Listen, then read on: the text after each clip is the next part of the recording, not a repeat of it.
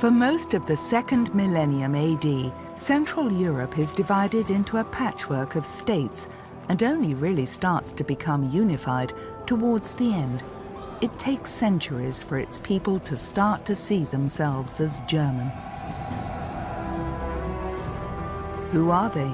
What is their past?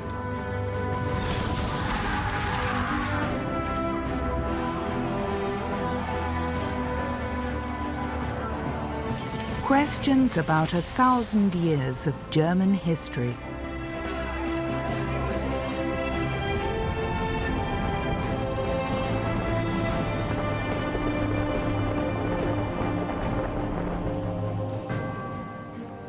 This is Frederick I of the House of Hohenstaufen, elected king of the Germans in 1152. His realm stretches all the way down into southern Italy. But he harbors a wider ambition, to become Emperor of the West. Powerful rivals challenge him, one of them his former ally, Henry the Lion.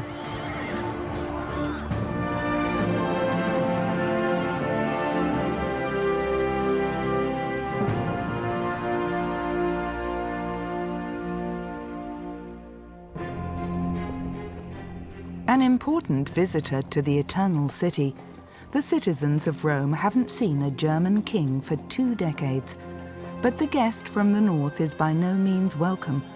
Because of his red beard, the Romans call him Barbarossa. I'm not comfortable among these Romans. This isn't what cheering looks like. What are you doing in Italy anyway? An empire without Italy? No, Henry, no emperor without Rome.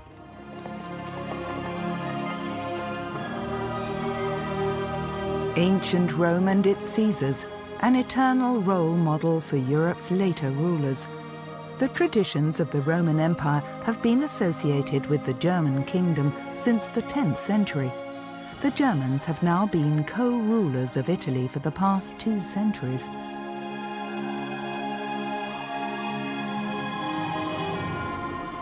The Pope crowned the German king Otto the Great Holy Roman Emperor in 962, making him the protector of Christianity in the West. Frederick Barbarossa from the House of Hohenstaufen is the 10th German king to wear the Roman imperial crown. The newly crowned emperor is accompanied by his cousin, Henry the Lion, Duke of Saxony from the Welf dynasty. Henry sees himself as an equal to Barbarossa. What about you, Henry? Should I fall to my knees before my cousin? Not before your cousin, before your emperor. But Barbarossa owes his elevation to dukes like Henry. They have the right to elect the German king. But the imperial crown puts him above all of them. The emperor is crowned by the Pope, and he wants to be at least his equal.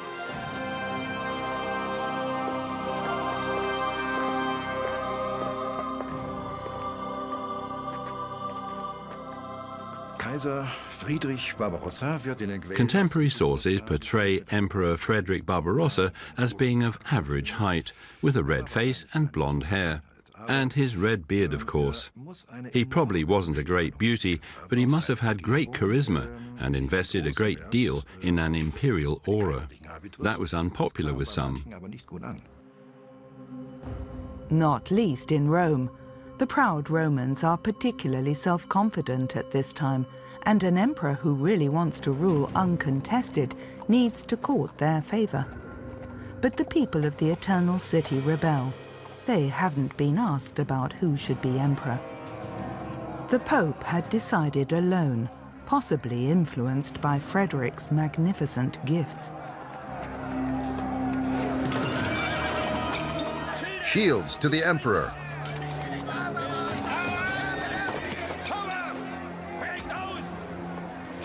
Barbarossa and his entourage are surprised by the anger of the Romans. They're in danger. Stop!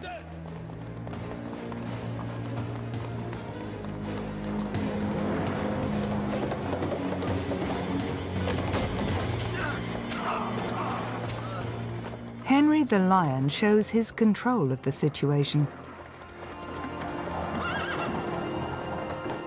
I thank you, cousin, for your courage and loyalty. Everything for the emperor and his realm. The lion proved worthy of his name. He was to not let Barbarossa forget it. Frederick I has come south as king. He returns as emperor. If Barbarossa wants to rule in the north and south of his empire, he will have to cross the Alps, a difficult undertaking.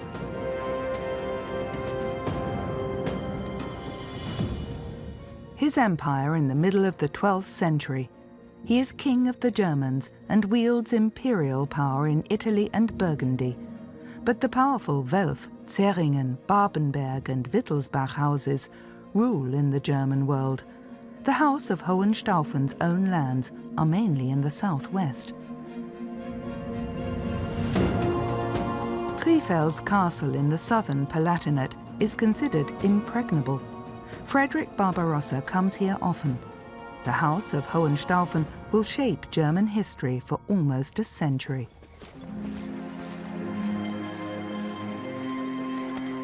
The king returns home. He brings peace to a land inhabited by 6 million people after decades of upheaval. 90% of his German subjects are peasants living in the most basic conditions.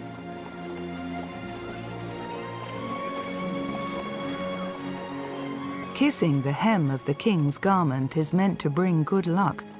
Barbarossa is also a nomadic king, moving from palace to palace like his predecessors. There is no actual center of power. Gelnhausen Palace on the Kinzig River, not far from modern Frankfurt. Barbarossa had it built. The red sandstone ruins are evidence of a once magnificent castle compound that combined a courtroom, royal court, and accommodation under one roof. Among the traces the royal builder left behind, we can also find his heraldic beast, the eagle. The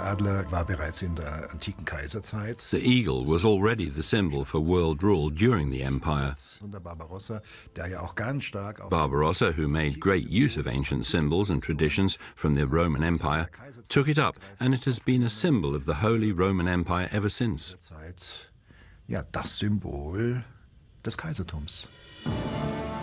A reconstruction reveals the ideal imperial palace. It symbolized the very idea of empire architecturally.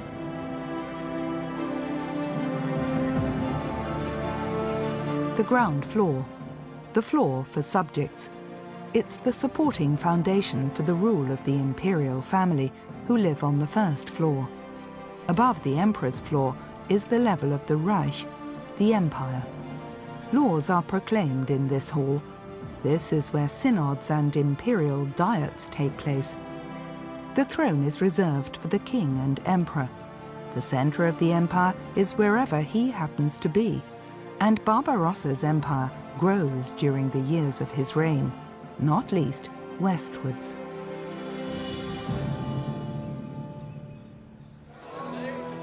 Würzburg in 1156. An event of European importance enthralls the bishop's seat on the River Main for a few days.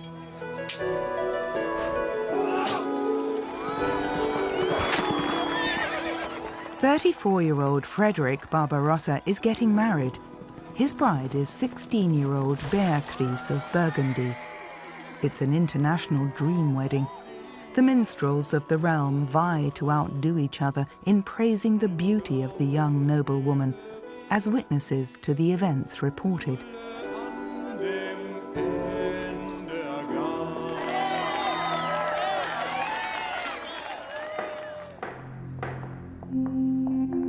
The Chronicle of the Bishops of Würzburg says, in the weeks after Whitsun, Emperor Frederick wed Beatrice, the daughter of the Count of Burgundy, in Würzburg, and consummated his marriage.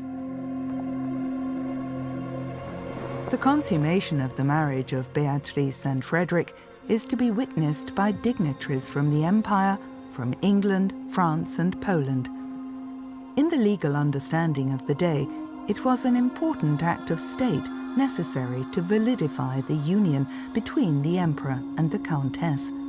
For both, the marriage is primarily a political union. The wedding was depicted centuries later in a monumental ceiling fresco in the staircase of the residence, the bishop's palace in Würzburg. Burgundy is part of the empire again, a peaceful conquest. In the north, the emperor's cousin Henry the Lion rules as Duke of Saxony. He has his heraldic emblem erected in front of his castle in Braunschweig. It is likely that work on the largest map of the High Middle Ages, measuring almost 4 meters in diameter, started at his court during his lifetime. It's a monumental testimony to the attempt to reconcile the teachings of Christianity with new geographical insights.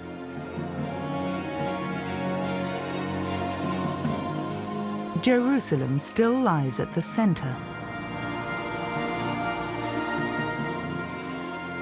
At the top of the Ebstorf map is the head of Jesus Christ.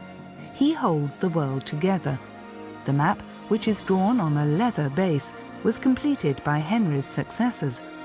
The arms of Braunschweig, the ancestral seat of the Welf dynasty, portray a fearsome lion.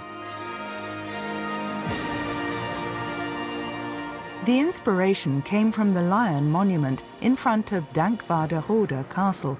It was a bronze work spectacular for its day. The bronze lion of Braunschweig is a symbol of the Duke, who said of himself in an inscription on a coin, "I, Henry of Braunschweig, am the lion." And indeed, the lion is mankind's oldest symbol of power, from the ancient Oriental empires to the Greek and Roman empires. Bronze is an imperial material, and by using it, Henry put himself on this highest level. On the same level as the emperor, Barbarossa and the lion, face to face. Also made of bronze, but gilded, the Kappenberg head of Barbarossa. Frederick had it made during his lifetime. It's more than a mere portrait. His head rests on the walls of Rome, the symbol of the Christian Roman Empire that he rules. But something is missing. A headband, a diadem like that worn by the Roman emperors? Scholars believe it looked something like this. It also symbolizes the fact that the Pope was not the sole ruler in Rome.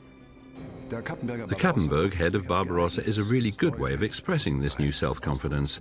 The empire is symbolically placed at the same level as the Holy Mother Church. Barbarossa wants the Pope and Emperor to be equals. The fight for this equilibrium flares up again 80 years after a previous showdown between Emperor and Pope at Canossa, this time in Besançon in Burgundy. Rolando Bandinelli has arrived. He's an emissary of the Bishop of Rome, our Pope. There are reports of the meeting between the papal emissary and the emperor that hint at a new showdown. The words spoken in the name of the Pope sound innocuous at first. Gaudemus, in Erinnerung an die Vorteile. But there's disagreement about the Latin word beneficium, which means favor, but can also be translated to mean fief in the feudal sense. I received my imperial honor as a fief bestowed by the Pope. Who else would bestow the crown upon the emperor, if not the Pope? Silence this Roman whore. Wait. Emperor Frederick in no way sees himself as ruler by the grace of the Pope. Tell your lord that we have received the crown of our empire from God, and not from his insolent servant. The empire is sacred. Sacrum Imperium. Let him go. The ruler of an empire that's holy doesn't need the blessing of the Roman Pope. The expression Sacrum Imperium shows up for the first time in an imperial document of 1157. A short while later, this Holy Empire becomes the Holy Roman Empire. The addition of the German nation only comes 300 years later. This is how an important part of the imperial title was created under Frederick Barbarossa. The name Holy Roman Empire emerged and dominated German and European history for more than 600 years. It's not just Rome that's part of the imperial territory. Northern Italy is too. But the affluent cities south of the Alps are particularly resistant to the imperial claims. Barbarossa feels cheated out of his rights and the lucrative tributes. He goes to Italy for a second time in 1158. A chronicler said of his entourage, "The number of troops was so large that even several roads were barely able to hold them all, a horde of young men who confronted the vicissitudes of war without fear."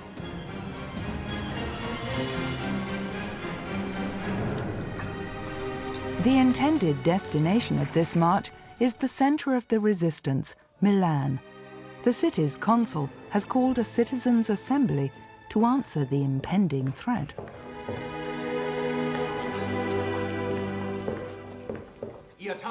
You brave citizens of Milan, do you want to be obedient to the arrogant Germans and be subject to their laws? Do you really want to suffer this in your lifetimes?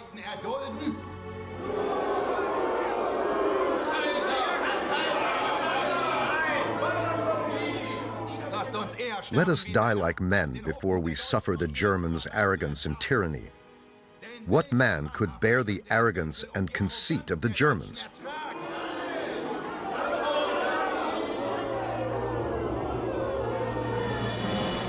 The arrival of the German knights creates a sense of unity in Italy. But in light of German superiority, most northern Italian cities open their gates and submit. Only the people of Milan are resolute in standing up to the German emperor.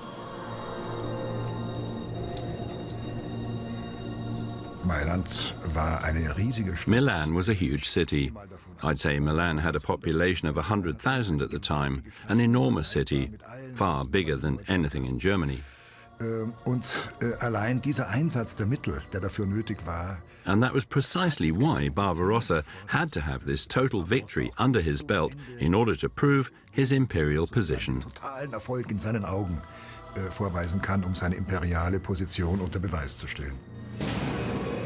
The siege of Milan goes on for months. After heavy fighting, the city in Lombardy is finally forced to surrender unconditionally.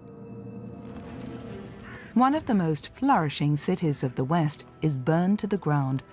The citizens of Milan can save only their lives and whatever they can carry. At the height of his power, Frederick shows no mercy.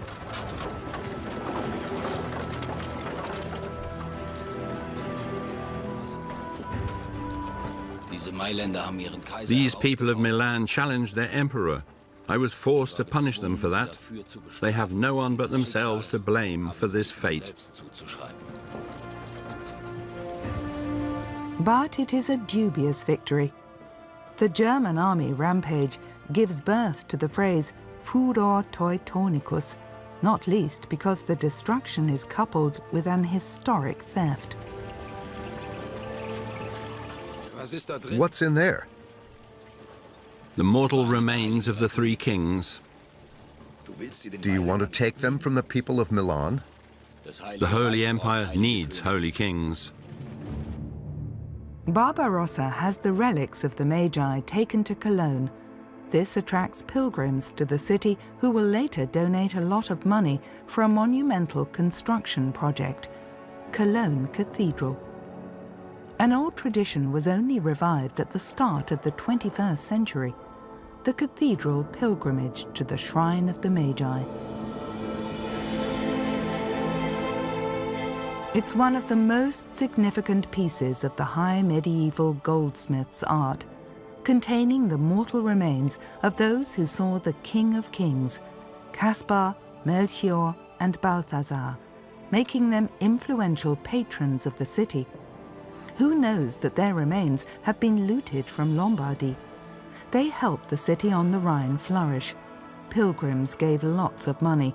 While cities like Cologne grow, others are still to be founded.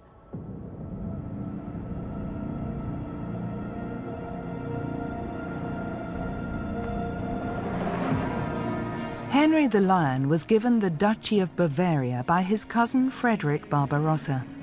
Laying down markings on a green field, he decides to found a market town called Munichen, which means at the house of the monks.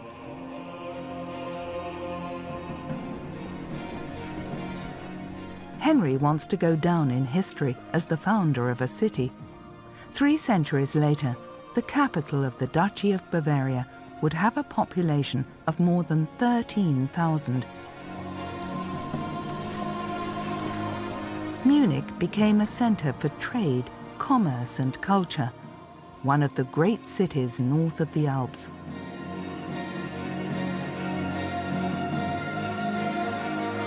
And after the Second World War, it became the capital of a self-styled free state that has remained particularly jealous of its autonomy. Henry the Lion has monuments erected to himself in northern Germany too. He lays the foundations for cities such as Lübeck, Braunschweig and Schwerin. He highlights that there are powerful German dukes too, not just the emperor. Barbarossa pursued the traditional imperial policies that he had to pursue because Italy was part of the empire. Henry the Lion, meanwhile, tried to expand his ducal role beyond the borders of the Duchy of Saxony. In the second half of the 12th century, the Duke's troops moved north and east. Slavic territories, seen as pagan lands, are conquered and colonized. Even with just the 2 duchies of Bavaria and Saxony, the Lion is one of the most powerful rulers in Europe. His advance is just the start of a German expansion eastwards, where further duchies will be established in the future. Mecklenburg and Pomerania, for example, but also the state of the Teutonic Knights. Marienburg, now Malbork Castle, near the Polish city of Gdansk. A huge fortress, one of the biggest brick buildings in Europe. A symbol of German settlements in the east, started by Henry the Lion and continued by the Teutonic Knights.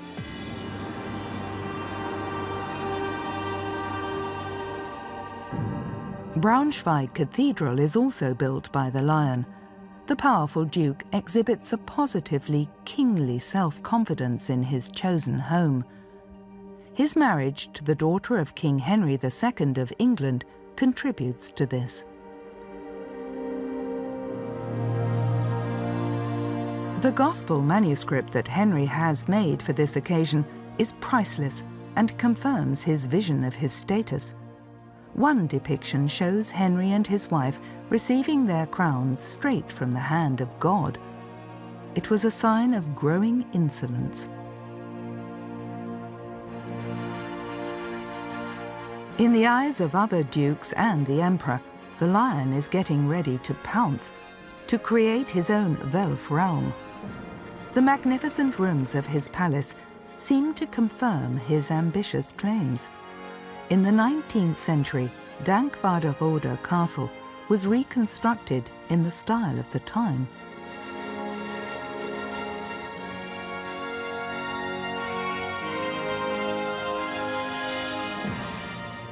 With Dankwarderode Castle, Henry the Lion in around 1170 built himself a residence that lacks nothing a king's palace would have. The power base the Lion was building for himself in Saxony, Bavaria and the Slavic territories put him in a king-like position.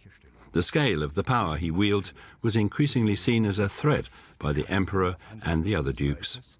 He was throwing down the gauntlet. Goslar, the Silver. Forever. The Lion stands up to Barbarossa. When the emperor asks him to come with him to Italy to put down rebellions in Lombardy, the Lion makes demands. the silver mines of Goslar. Ich bitte dich. I ask you, as a cousin, friend, and fellow fighter, follow your emperor to Italy. Es soll dein Schaden nicht sein. It won't be at your expense, but you won't get Goslar. Wird es nicht. Without the silver mines in Goslar, the emperor wouldn't have any funds himself. Dann möge Gott mit dir In that sein. case, may God be with you, cousin. Ich I muss won't. nicht.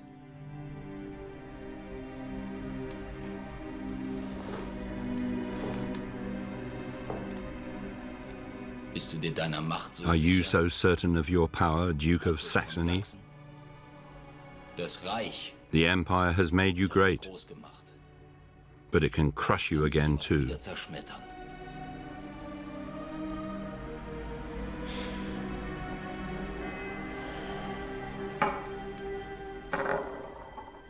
Henry refuses to participate in the military campaign. He's not violating any law in doing so, but he is still snubbing the emperor. An empire stretching from the Baltic across the Alps to the Mediterranean can only function if Barbarossa manages to incorporate the northern Italian territories in the long term. And he needs the wealth of the Italian cities. But the Lombards don't want to be part of an empire ruled by Germans, nor be its paymaster. Just a few years after Milan's destruction, its citizens have returned to their city and rebuilt it. Lombard troops face Barbarossa near Legnano. Open fighting breaks out between the free citizens and the imperial forces in May 1176. Battle formation. Close the ranks. The Lombards aren't just fielding a force twice the size of the imperial army, 16,000 against 8. They're also fighting for their freedom. At stake is how far the German king can actually extend his power as the Holy Roman Emperor. Who will set limits to a claim that seemingly knows no limits?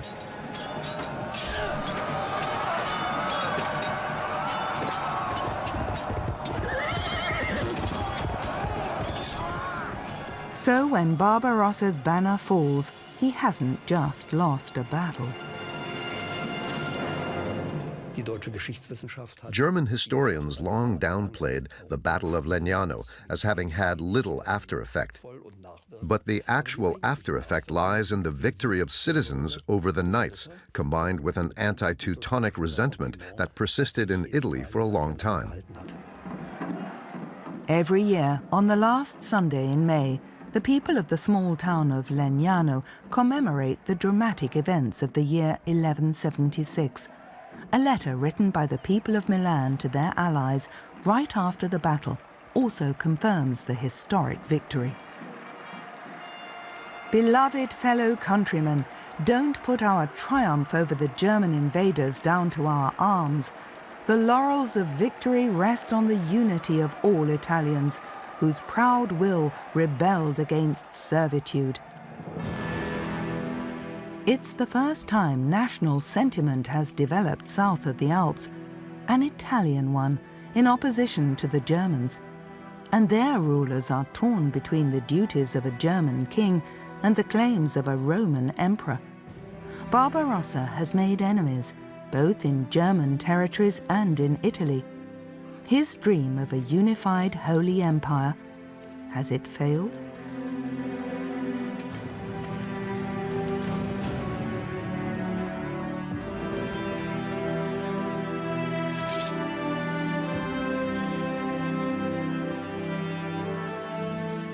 The 1177 Congress of Venice marks the biggest peace conference in European history to date.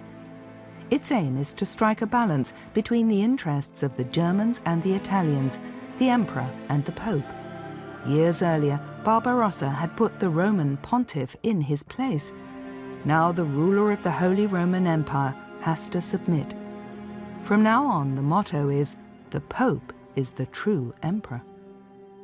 The Peace of Venice in 1177 ended the emperor's attempt to create direct rule with his own people in office in Italy.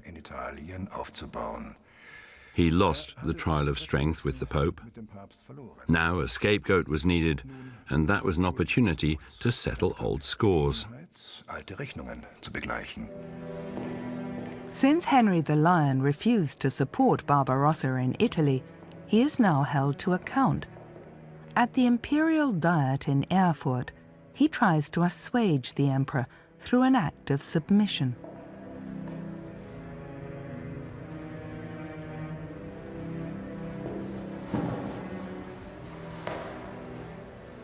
Forgive me, my emperor.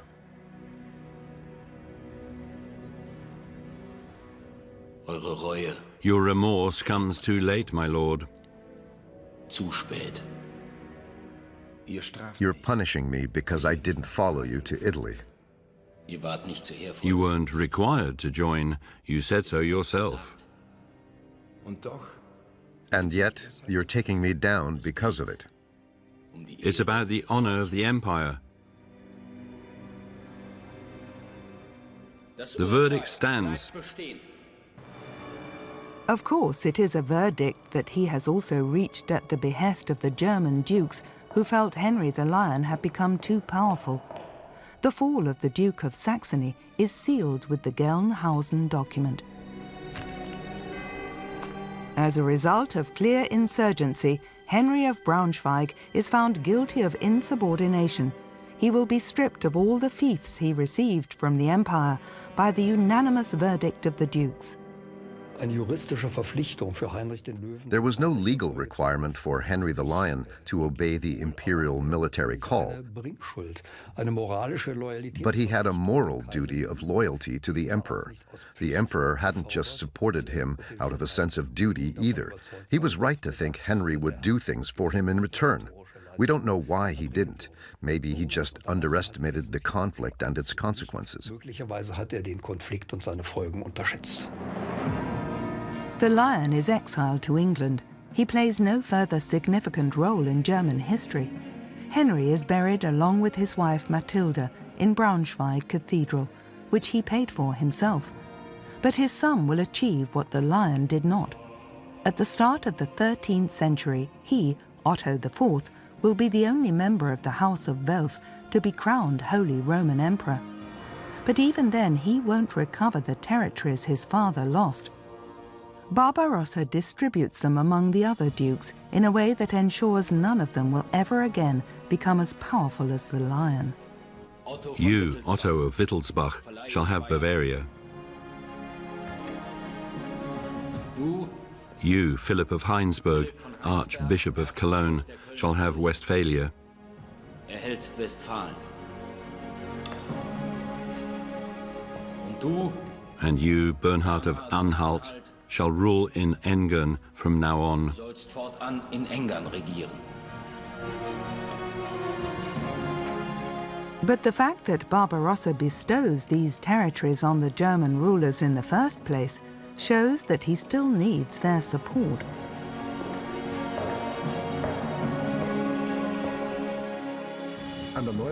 The redistribution of Henry's lands demonstrates the rising power of the dukes in the empire.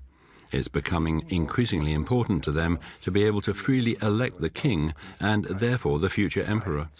It's a right that never existed in this way in France or England, an elected monarchy instead of a hereditary one. That's an important special feature of German history.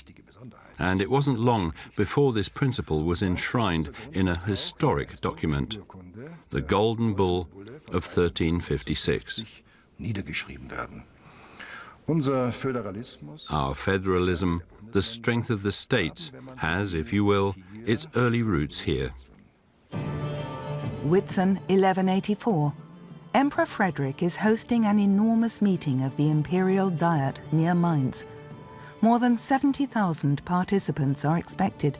Dukes, princes, knights, bishops and their entourages, famous poets and musicians. It was a superlative event, of which the Saxon World Chronicle said, "It was the biggest celebration ever to have taken place in the German lands."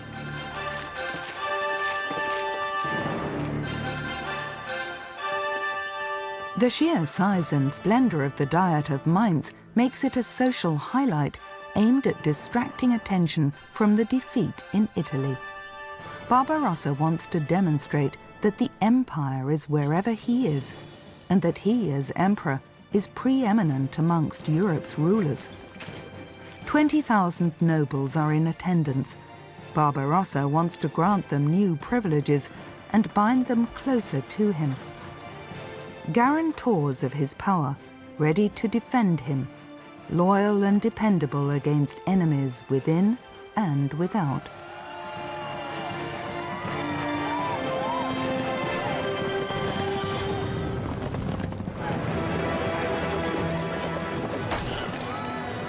Tournaments aren't just military exercises. They're the major competitions of their day. Anyone wanting to make a name for himself has to win here. The highlight is the joust.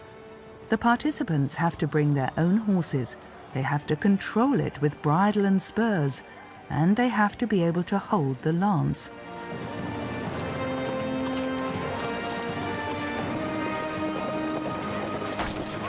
Bravery is rewarded with applause, as is a successful hit. The lances are blunted, so the colourful spectacle isn't meant to cause too much injury. But many suffer injuries to more than just their pride.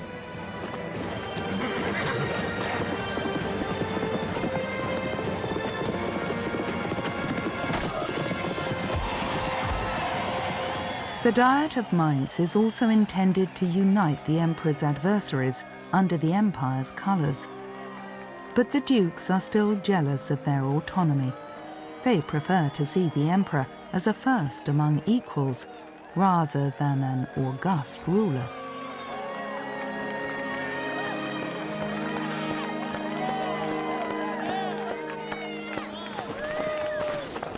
Conferring knighthoods is a highlight of the Diet.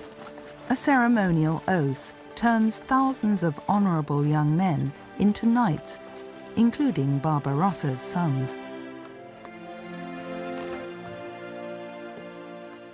We swear to protect the Holy Church and always to be loyal to the Emperor of the Holy Empire, our supreme liege lord. We swear to protect widows and orphans and to honor women, so help us God.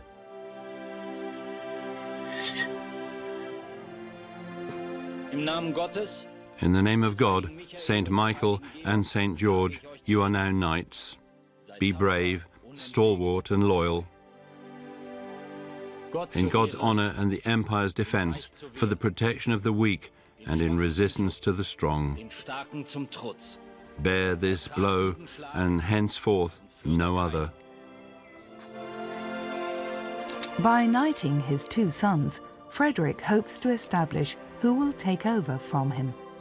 Henry, the eldest on the left here, is to be the next Roman-German king and emperor. Even though the dukes elect the king, the emperor still wants to get a king from his own house on the throne. He wants the world to see that the House of Hohenstaufen is destined to rule. At the Diet of Mainz, the medieval dream of empire seems reborn.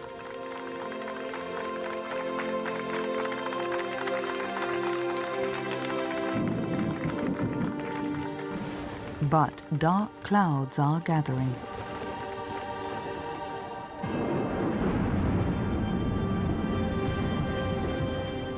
At twilight on Holy Whitsun, a strong wind came from the west and caused many buildings to collapse.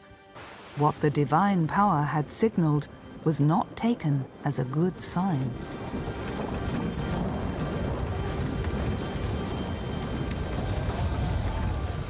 These are the words of the chronicler Otto of Sankt Blasien. A devastating storm causes the backdrops of the Diet to collapse. Many are killed or injured. A bad omen, say many. And indeed, it's the beginning of the end.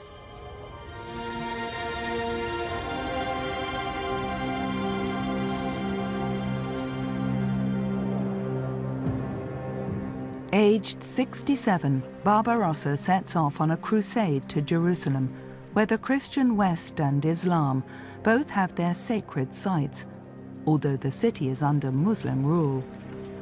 But the emperor will never get there. He drowns in a river in the Middle East and never reaches the Holy Land at all. So in the end, what has he achieved?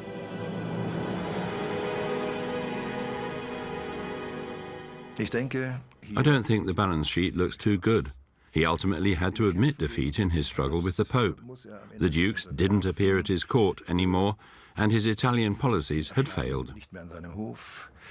And yet we still have to say that Frederick Barbarossa quickly became a legend and went down in German history as a great man. He's put on a par with Charlemagne, no less. In fact, posterity has made him greater than he really was. This monument in the Kyffhäuser Mountains in Thuringia was dedicated to him at the end of the 19th century. Legend has it that this is his final resting place, and that one day he will return to restore the Holy Roman Empire in all its glory. A grandiose misconception, if ever there was one.